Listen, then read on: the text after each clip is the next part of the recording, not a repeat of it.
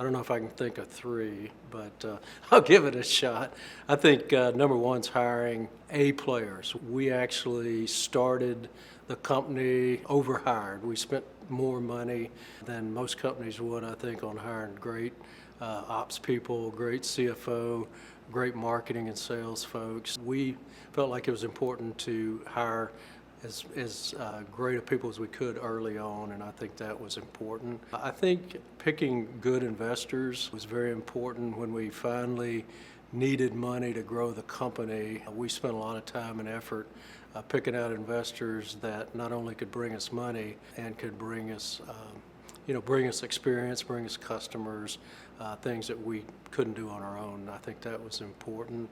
And I think as an entrepreneur, I also, probably one of the best decisions in my last company was deciding when it was time to hire a new CEO. We needed some fresh blood, and I brought in somebody to replace me. And that was, I think, a great decision. It's one that a lot of people that start up companies don't realize that it takes a whole different talent set, to take it to the next levels, and that continues as the company grows. I think the greatest decisions we've made in our company as an entrepreneurial company are, one, to start a business from whole cloth, from zero, from nothing, no employees, and write a business plan has been the most rewarding business decision I've made within that entrepreneur environment. Second was probably to add board members, either investors or non-investors, to ask for input from people that have had past experiences. There's a tendency not to do that or to just think you've got all the answers, and to add that type of additional thought into our board has been materially different.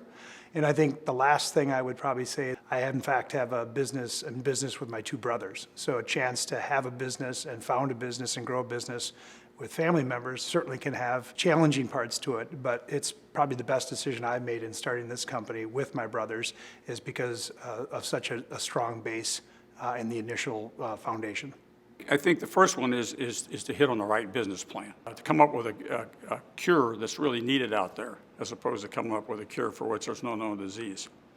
Right behind that is getting the right people in there with you, because the fact is that it's all about, in those early stages, hiring the right people, getting the right people in the right places, because those very early peoples that come in are really the people that get you from ground zero to a fairly explosive point in time.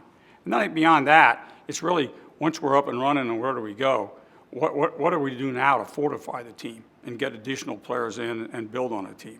And so those are the three things right there. It's people, people, and people, really. That's a difficult question to answer. I'd say they all relate to getting the right people in the right seats on the bus. In other words, having the right people in the right jobs in your company. By the way, the inverse of that could probably be the three worst decisions I've made as an entrepreneur. But I think people is by far the most important job we do as CEOs, is making sure we have the right people, making sure they're motivated and inspired and that they're effective.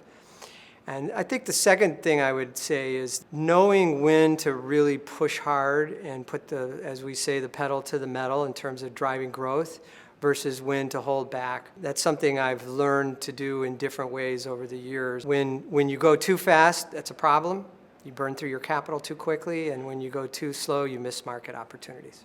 One of the first great decisions is just whether to do it, that I knew what was in stake and the ability to really be ready to sort of fully commit myself to the success of what we're doing. Now, you have to be fully committed because you're going to go out and convince people to dedicate a lot of their life towards working towards a common dream. A big decision came when we had a very significant offer to buy out the company.